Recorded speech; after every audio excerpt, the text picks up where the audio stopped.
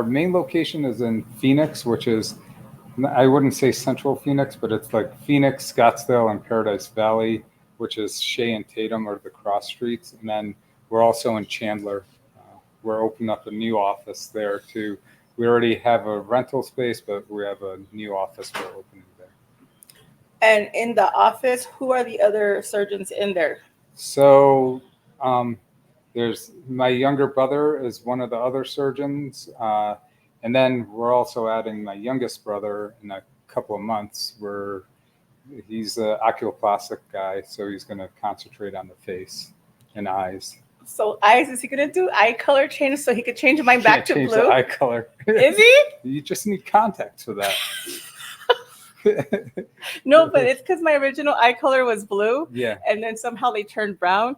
And so I What did you do? I talk a lot of shit. Yeah. Well, I don't want to change my eye color. I was always afraid doing anything to my eyes. Well, yeah, because you have that hazel color. Like, who would do that? Yeah. But so I brought you on because, I mean, for one, you've already worked on, I want to say, a majority of my friends. Yeah. And you've also done work on me, which I have to give a big shout out and thanks to him. I met Dr. Torabi, I want to say about 8-9 years ago. Yeah. And he did my double mastectomy on me with the reconstruction. So my plastic surgery was a little bit different than what usually people go in and do, but he did my surgeries. I came out great. Everybody loved how I came out. So they all asked, who did you go to? Because they thought I went in for cosmetics.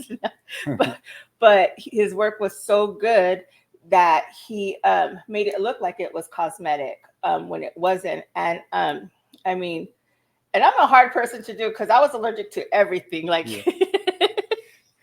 This poor guy had went in, I think it was. I wish you were allergic to tattooing because.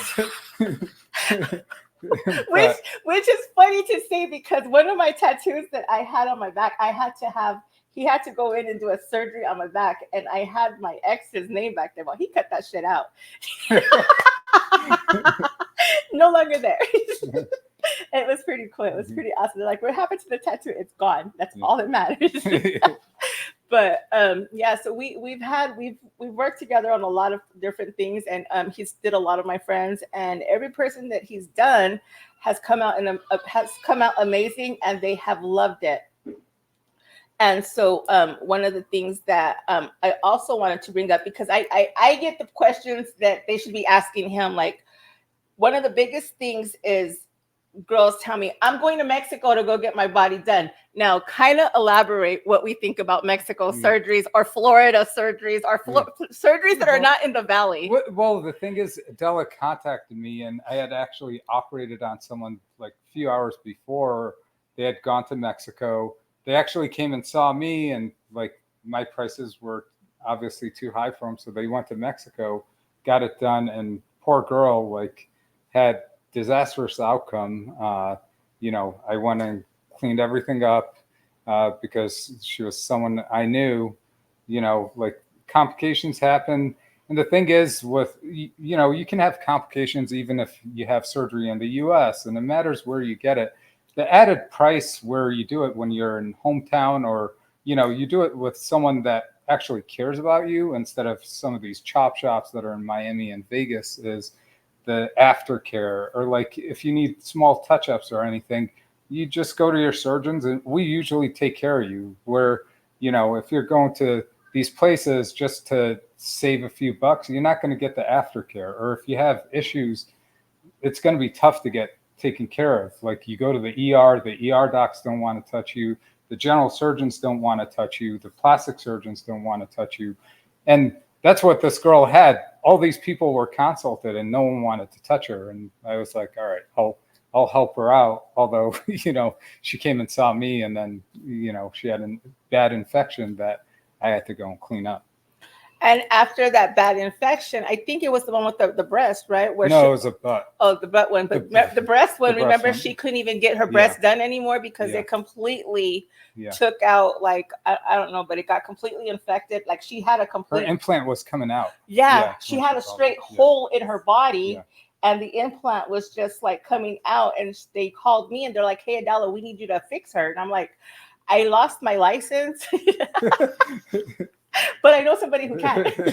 No, but everybody thinks I'm a doctor. I did go to medical assisting, but that was as far as I went.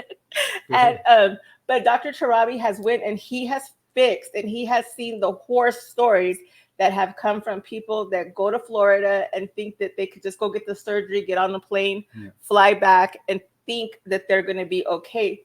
A lot of times, a lot of infections happen because of the moving and because of some of it's that, but like some of these chop shops, the sterilization's not up to par, and they get these weird bacteria and stuff that, and you don't know who's actually operating on you.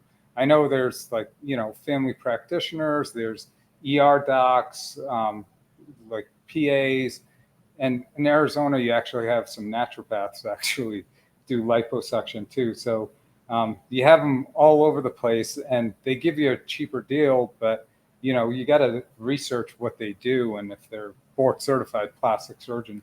We went to extra training for that, and and we were told all the time you're like one of the highest skilled surgeons in the hospital at all times. And when shit hits the fan, like, everyone would call us to fix the problems, not just patients from Mexico, but people that were just injured and everything. So we do pretty difficult cases, and just in general, I do a lot of breast reconstruction too. And the breast reconstruction we do are usually breast reconstructions that have already been messed up a bunch of times by other people. And, we have more tools in our toolbox to be able to reconstruct them, whether we use the patient's own tissues, or if I have implant-based or combo of the two. Like, when you have more tools, you can do a lot more and can be confident that you can fix the patient. What's that? Nora said he hasn't worked on her, but she's definitely next. And then she said, how successful is it to work with scar tissue? That's my story. A botched surgery in Mexico, the cost is the same here and there. So I've had some of those from excessive liposuction, and I use liposuction, I use Vaser, I use Renuvian, and if you don't know what you're doing with some of the energy devices, people are getting burned, and that's where there's a lot of lawsuits that came through, and people were kind of afraid to use Renuvian or some of these energy devices. But if you do them safely, you're not going to get those burns, and you got to just be safe when you're using that. With the scar tissue, I'd have to see exactly what it is. If it's scar tissue on the fat, or it's the incisions or whatever it is, see if it's something that's fixable. I think one of the things that I made a big mistake on, because I was hard-headed and he kept trying to talk to me about it, but because I was going through a traumatic time, I got implants, and he had advised me, I want to say about 10 times, like, Adela, use your own flesh for it. Like, let me do it like that. And I was hard-headed, and I was like, no, I know what I want. I know what I'm doing. And then now I'm like, okay, so when can we when are we going back under the knife? Because I need to get them done without the implants. How does that work to like take out the implants? And because I have a lot of fat around my body that we could still work with. But we cut out, it doesn't have the blood supply. That's what we mainly look at. So we can't because do it you'd no have to downsize quite a. We could use your inner thighs. They're big too. Yeah, that's something we could use. We'd have to take a look. And I still have some fat in my stomach too. Yeah, but the stomach would be like secondary, where I would do some liposuction and add that fat to the breast as well. Do you see that, guys? He has a way to make shit happen. Yeah. But and so the other thing that I had got questioned about that people didn't want to come on air to talk about was penis implants. Like, how do you do? I know that we were just talking about there's a lot of guys out there that are asking me like, hey, Adela, so does this plastic surgeon work with penis implants, or how can we make it fatter or longer? How do we make that work? So, you have different options. I would send you to some of the urologists I know for the implants, because I don't do the implants myself. The things I do is there's Botox injection, which it's also used for erectile dysfunction. The good parts about it is, you know, if you're walking around the gym and you don't think you're packing enough, you could, with this Botox injection, it'll give you additional girth and size. Like in how a big? flaccid position. It matters how big you are, you know, where like it almost takes it from where it's kind of shriveled up to like when you're almost non-flaccid. Yeah. Yeah. Unshriveled. Yeah. Like you're cold. It's not going to add size, but then you could, you know, add fat or fillers to also like increase the size of the penis. So with those fillers and with those Botox, how often would you have to get that? So the Botox is, you know, every 3 to 6 months. Different people absorb it differently, and metabolize it differently. So it's usually 3 to 6 months. It's about a 15-minute procedure. And how badly does it hurt? We numb up the area, and patients do pretty well. It's not many pokes, and we numb it up pretty well. And the how would it feel afterwards, like the post-op? Like, does it, like, how does it function afterwards? With that, it's not bad because, you know, like with erectile dysfunction, like some people have to like inject themselves at the moment they want to have sex to, you know, with some of the medications to be able to get erect. With this, and like that's where this almost came about, was because they started using it for the Botox for that. Because the tubes that go inside your penis to get when you get hard, so those muscles contract to kind of get the blood out, and that's why you're kind of flaccid. And then relaxing those will give you additional girth. So it fills up. So would that be blood. better than the guys using the pills? It kind of works very similar to the pills. So you could use them in combination. Oh, cool. Yeah. Yeah, that's cool. And how about testicle? I don't do it, but like there was Botox to the scrotum. Some people like, you know, smoother scrotum, so there's Botox to the scrotum. But so it's not like making them go back up. They're just. I wouldn't really reduce the skin unless you have like really saggy skin. Some patients have like they've had a large hernia or something and it's expanded out. Then you could reduce it. You really don't want to reduce the scrotum because that skin is kind of used to, when your penis is hard, to kind of, you know, support that. So if you cut too much of that out or scar that, then you may have pain with sex and kind of scarring in the penis. So that's not something you'd want. So now that we got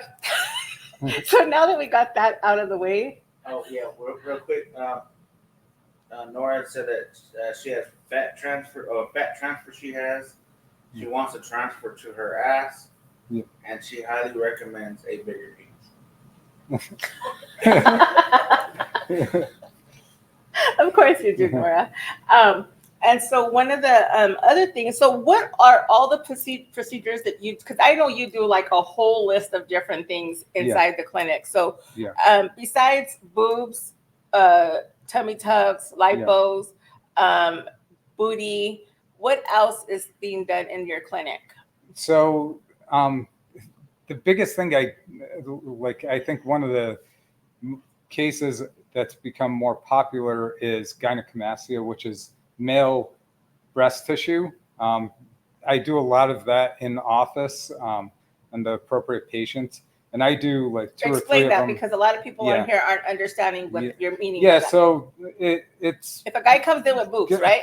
Guy with boobs, and it's usually sometime during puberty they grow these boobs that are like with fluctuations in weight.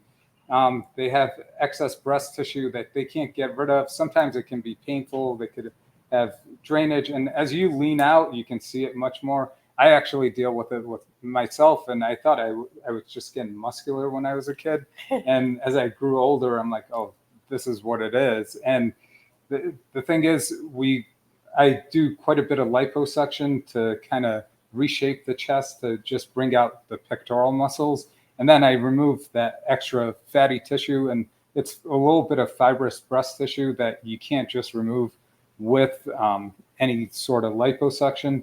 So I make a small incision in the nipple and remove the excess breast tissue there. And then, so would the skin still be sagging, or would you be able to tighten that up as well? Well, there's options. It matters how lax your skin is. If the skin has way too much laxity from a lot of weight loss, I usually do that more in the operating room where I have to remove skin. But other people, if it's small amounts of skin reduction, I can either use an energy device such as the Renuvian to tighten the skin, or even around the nipple, I can tighten up some of the skin that way. Okay, so that's good. And you said that's an in-office procedure. That's in office. So like part. Usually something like that, just is it depending on how big the boobs are that there would be the price range on there? Yeah. With we have a set price for the in-office, and then in the surgery center, there's different pricing, depends on the right. And facility. Just letting you guys know right now, because Dr. Torabi is a really good friend of mine. So if you guys go in there and say that you're my cousin, and he gets that a lot, you guys do get a discounted price when you say you're my cousin. I've had some people that were pretty dark say they were my cousin, and he's like, okay. They're either white or they're black, but they were still my cousin. It didn't make no difference. And he just said, okay. And you get the Adela discount price when you go see Dr. Torabi. Just let them know that you're my family. And I know you were asking about labiaplasties. I do some labiaplasties in the office. It's usually about, labiaplasty. And explain what that is, labiaplasty. So labiaplasty, labia majora, I don't know how to put it more. Just say what in your body. Female parts, or the, what would you call them? Vagina? Huh? Breast? Vagina, but it's the just lips. the lips. It's the lip part. Like some girls. outer lips. Some of them hang a little lower, or the camel toe, let's say. So if you want reduction in the camel toe so it doesn't show more in your bathing suit, we have ways of reducing that. That can be, it matters with the comfort of the patient. Go ahead. Someone put, how long does Renuvian take to heal? It matters what you're having done. So I use it with abdominoplasties. I use it with liposuction. Usually, the skin tightening effects of it take up to 6 months. Recovery, if we're just doing liposuction, is usually pretty quick, within a week to 2 weeks. But I do put you in compression and lymphatic massages. So 6 weeks in that compression device. Because I do remember I sent a girl to you where her lips were, she was born like that her lips were really hanging, and you were able to take that off of her, which gave her confidence completely back, because she said that it was just really bad and very discomfortable. And so he's able to do that type of procedure as well, which is he also does the vagina rejuvenation that we were talking. Are you still doing that? Not much anymore. Not much. No, I usually send it to the gynecologist to tighten it up. Yeah, it's either that, or there's non-invasive stuff that they put a laser inside to heat and kind of tighten everything up. And I can also use the Renuvian to tighten. So there he has you're talking about the Imcella, the chair. The chair. You got rid of it? No, I still have that chair. That's what I'm saying. Oh yeah, that tightens up. If you're not going to use it, I'll bring it to the house. It's a fun machine. Women have quite a bit of fun on there. I sat on it. For me, it didn't. I don't know. It didn't make too much of a difference. You don't realize it because it just made the butthole go smaller. Yeah. Supposedly, it makes you ejaculate further. But really? Yeah. I didn't know that. Yeah. If you want to be in porn movies, it might be a good option for you. But for females, if they, it helps with incontinence, and that's what they originally made it for. It's like doing 20,000 Kegel exercises. And I'm just telling you. So having the rejuvenation done to you, it's after that, you really pay attention to what type of person you're going to have sex with, because you're like, I'm not paying for this again. So sorry, sir. Sorry, that's going to be a hard pass. I haven't had to redo any of them, but I don't know. That's going to be a hard pass, sir.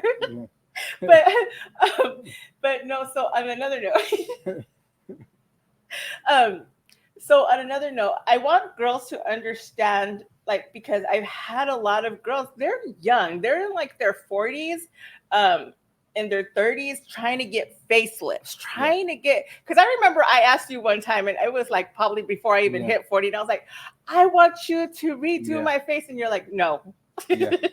So explain what the different things that. So I've kind of changed that outlook, and I actually do it on younger patients now, because Really? not younger, not in your 30s, but like, in 40s, 50s, because when I do it on a younger patient, they're going to have a result that lasts longer and look good. Where, and I'm doing more of them now at younger ages because of Ozempic, because people are losing weight, and to help with the Ozempic face, I'm doing the deep plane facelift that more and more people are discussing, where we kind of reposition everything. It's a lot different. I begged you for that procedure, and you told me I tried to keep you away from the knife for a little bit.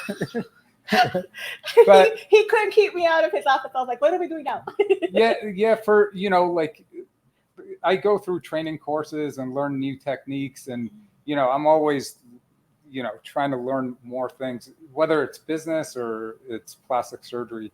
And, like, it really caught my eye, and I've been doing more and more facelifts, and the younger patients have much better results than the older patients. And I think that's why, and like going to these different courses, and more people are doing it on younger patients than older patients, because of the weight loss, and like just being able to reposition the fat a lot better. And I kind of want to elaborate on that stuff right there on the weight loss. The thing is because I have noticed, and I have talked to a lot of girls, and some stuff that you had taught me. The thing is a lot of girls want to go and get their lipo done, their tummy tuck done. They want to go get all this work done, but they don't change their eating habits. And so when you go and you don't change those eating habits before you go have this stuff done, you keep eating that same way. So what you just paid $25,000 for to go have done, you end up looking the same way you did because you didn't train yourself to eat before you started having that surgery. And it's really important that you train yourself to eat correctly. So when you do have that surgery, it's easier to maintain and keep up. Am I right? But it's a lot easier for us nowadays, because we do have semaglutide or tirzepatide and Ozempic, and these weight loss medications, they're doing wonders for people. And I was frustrated with myself on operating on higher BMI patients, where like on the table, like I was like, aesthetically, it just, I want to operate on like people that are like BMI mainly under 35, but usually under 30. They're going to have the best outcomes, and I want them to have results for a long time. So like, operating on someone that their BMI is 40 and thinking you're going to get great results, you could have okay results. Some of the pictures you look at, some people doing BMIs 40s, 50s, and like sometimes you can't tell what's the difference on the before and after, unless you like really look at the picture, because the patient's still huge. And I don't like to operate on big people. I want them to be able to enjoy it and be happy with it and be more active.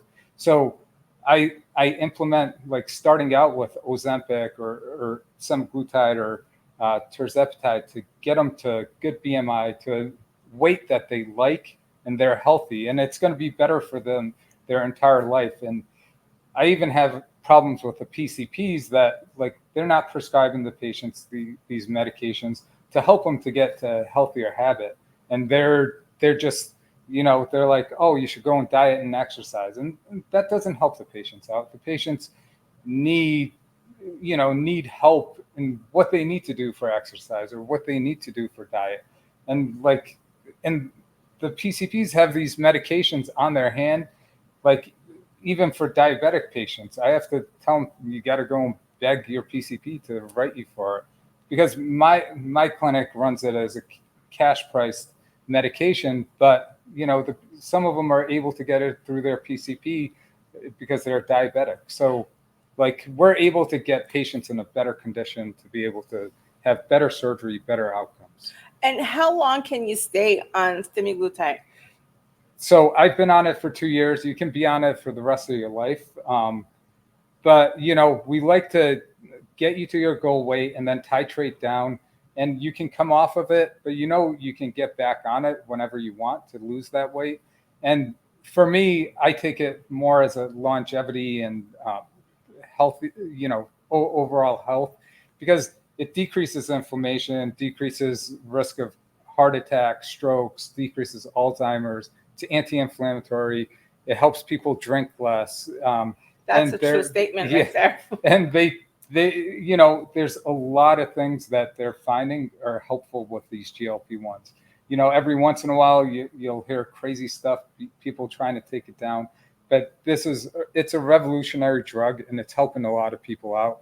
And I think like almost everyone should be on it. I would put my parents on it, and they're not diabetic, and it's not to lose weight overall. It's good for their health because it just controls your sugars so they're not all over the place whatever you're eating. But like I still talk about diet plan, I talk about exercise, and for me, my exercise routine's only 10 minutes in the morning, and I mainly just use resistance bands, and I do some stretching, and it's 10 minutes almost every day, and it's not strenuous, nothing crazy, I think. And I tell my patient that's all you need to do. I think you build more muscle and get much leaner that way. Yeah, because I know that a lot of people do struggle with the weight loss part, and they get worried because they hear, oh, it causes cancer, or there's or you end up with diabetes. You have diabetes already. What are you worried about? You're already going to die of a heart attack. Well, the thing is, like, what they found out and why people are using metformin as anti-aging product is that, like, people that were diabetic had less cancer because they were on metformin, not because they were diabetic, because they were on metformin.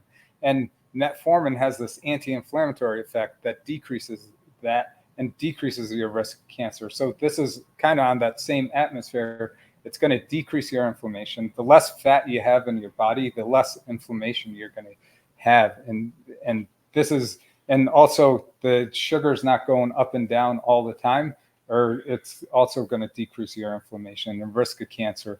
No, this medication, you're at more risk of getting cancer from the COVID vaccine that hasn't been studied than getting cancer from using semaglutide.